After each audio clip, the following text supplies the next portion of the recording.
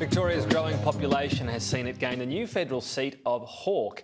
That's come at the expense of a West Australian seat. The abolishment of Stirling has resulted in a unique race in the neighbouring seat of Cowan, where two serving MPs are going head-to-head, the only contest of its kind at this year's election. Holly Edwards-Smith has the latest in Sky's Battleground breakdown series.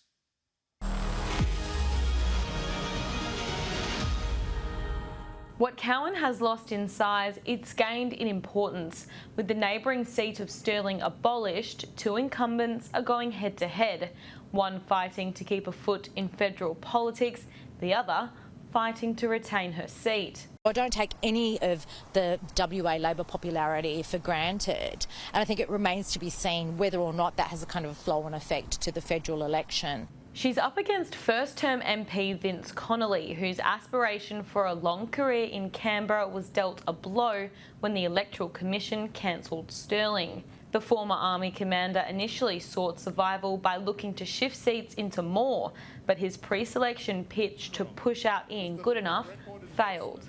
A blessing in disguise. Myself, my team, my family, all of my colleagues are absolutely focused on now winning here in Cowan. Under the redistribution, around half of Stirling shifts into Labor-held Cowan, meaning the electorate has evolved significantly since Anne Alley first won here back in 2016. Cowan has always been my first choice. It's always been where my heart lies. You know, I wasn't distracted by trying to run for a safe seat somewhere else. Anne Alley is campaigning on the cost of living. Prices have increased exponentially since COVID. It costs more for services. Everything is going up while wages have remained stagnant. While her challenger is taking up his credentials to combat international tensions. Some of the most challenging times since the Second World War. And through my work on the Defence Committee and with a background in defence, I'm really pleased to play a role in making sure that our settings are right to keep Australia safe, secure and free into the future. Though the voters Sky News spoke to shared another key issue which could sway them. Disability and aged care. Primarily the economy.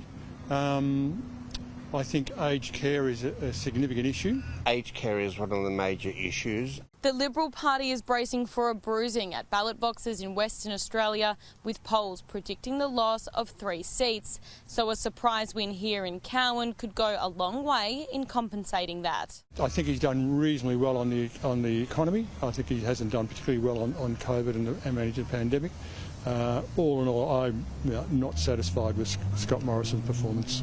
People here in Cowan will be faced with a choice at the national level between Scott Morrison and his proven record of effective management of the pandemic and our economy, and Anthony Albanese, who has never held a financial portfolio in his long service in government. Labor has some policies that are really going to make that change. You know, that change that originally mobilised me to enter politics. Somebody who never had any political career aspirations. But for one of these incumbent MPs, their political careers are just months away from an early end.